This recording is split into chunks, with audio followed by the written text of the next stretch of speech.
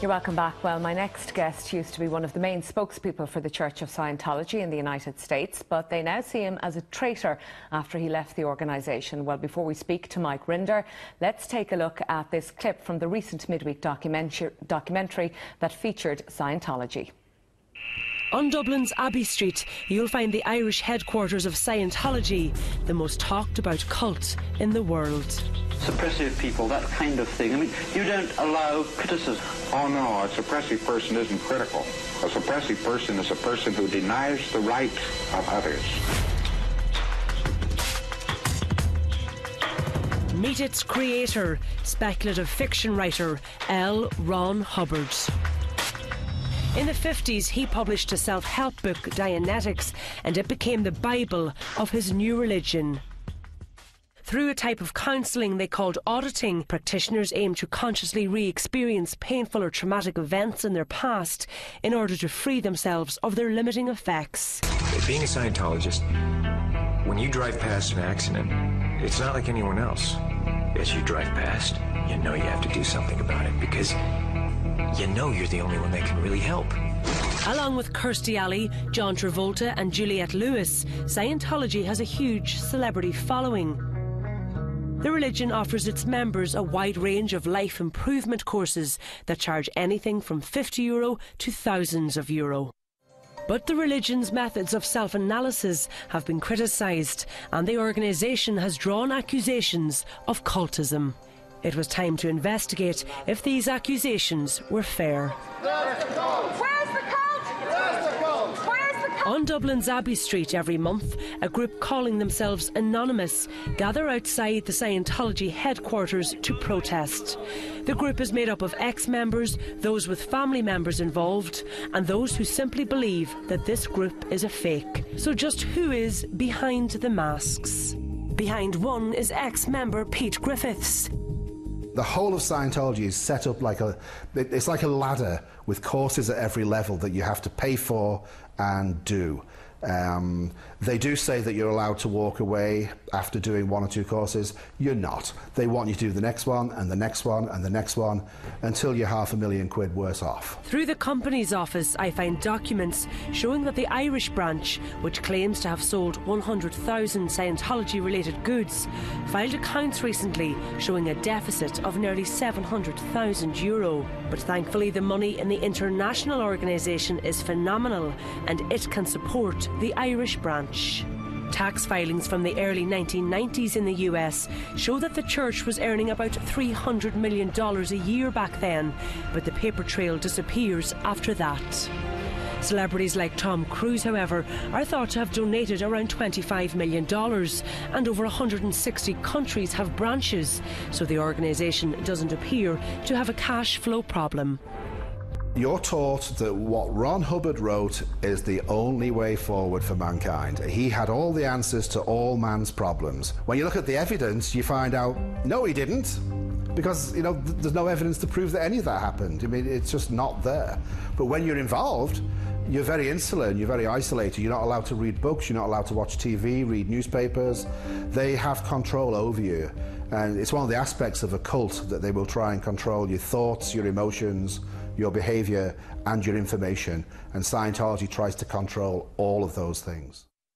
Well, Mike, you were one of Scientology's biggest defenders at one stage. You were at an extremely senior level within the church in the United States, and you've defected. Why?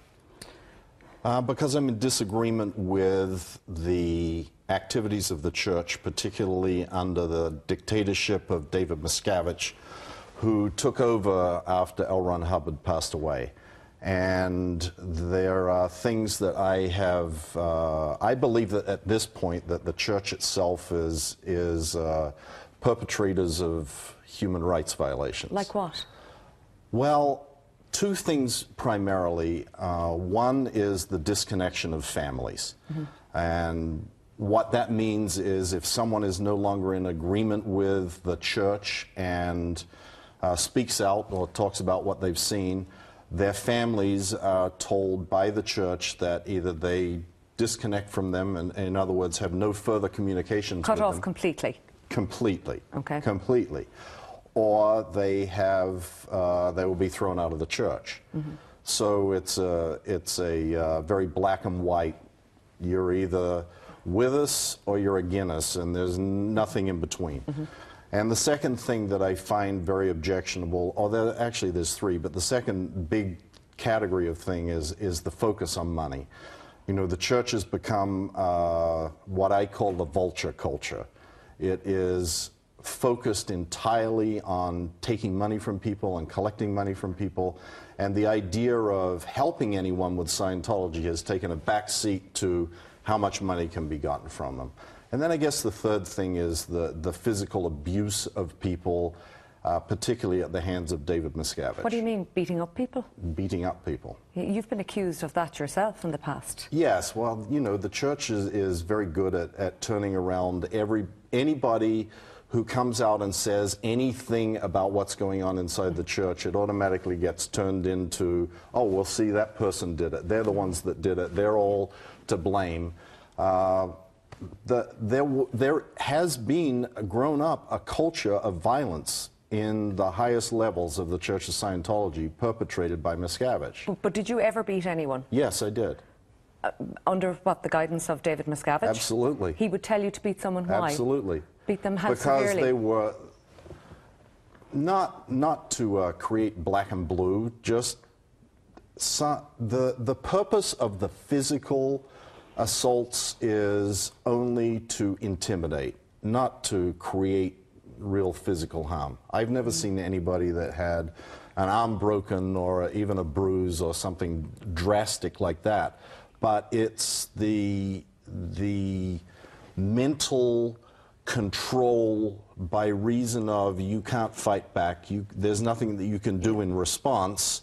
So it's sort of an intimidation method. But the physical abuse, those beatings aren't the only sort of abuse that occurs. There is also a lot of mental abuse. I know a lot of people might remember the BBC Panorama documentary, and famously the reporter John Sweeney effectively blowing up. He was goaded so much at the time by a colleague of yours. But you were in a lot of those shots. I was. Throughout that programme. What was going on there? What were you doing to push the reporter's buttons to make him explode like that? Well, Colette, and if any of your audience saw the subsequent program that John Sweeney did, when Marty Rathbun and I then came back to the United Kingdom, said, John, listen, here's what was really going on.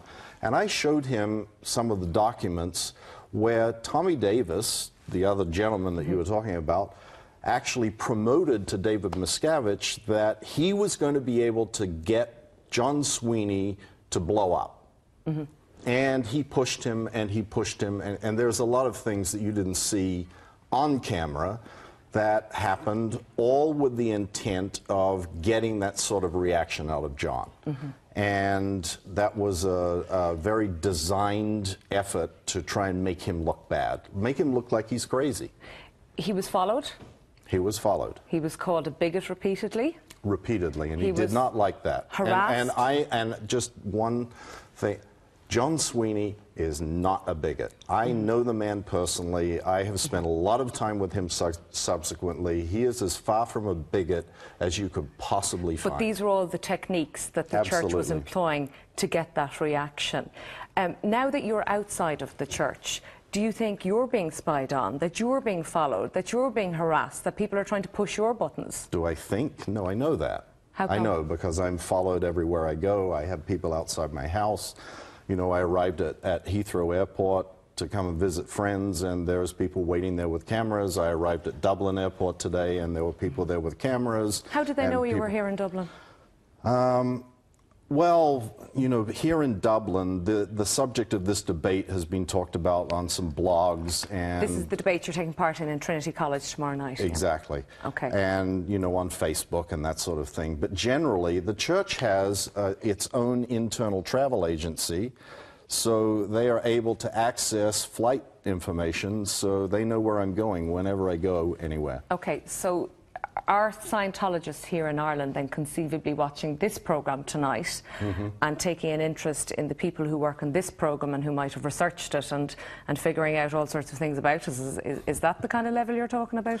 Yes, it is, but honestly, Colette, I don't think that, you know, once I'm gone out of your hair, you don't have anything to worry about. All right. They turned up here at the building this evening, by the way, and they gave us... Well, see, now there's one. How they knew that I was going to appear on this program, the only correspondence that I have had with the producers of this program is on the internet. Yeah. There isn't anybody else that knows that I was going to be here. Well, they were here. They've been in the building in the last few hours. They gave us this, which is a pretty kind of negative, put-together book about you. They also gave us a statement. I haven't literally had time to go through it, but it looks to me that they're sort of dodgy things, or trying to create an air of dodginess or something about you, as opposed to elite. You've seen it before? Oh, yes. Yeah, okay. Many times. I'm just going to read out the statement. It's from the Church of Scientology. I don't have time to go through the 3 pages, but it says about you, Mike. Your guest, Mike Rinder, renounced his faith in Scientology in 2007 and is paid to attack the Church of Scientology. Is that true? You being paid? Not at all. Okay. He's a former external affairs officer of the church who was removed from his position of authority more than 6 years ago and has been expelled from the Scientology religion. The enclosed brochure details his unethical behaviour. They say unethical, by the way, not illegal. Unethical behaviour, violent acts towards his family and other parishioners, and continuous lies. I also enclose a video that documents his dishonest and violent behaviour, and it goes on and on. But this isn't the first time you've seen this kind of thing. No.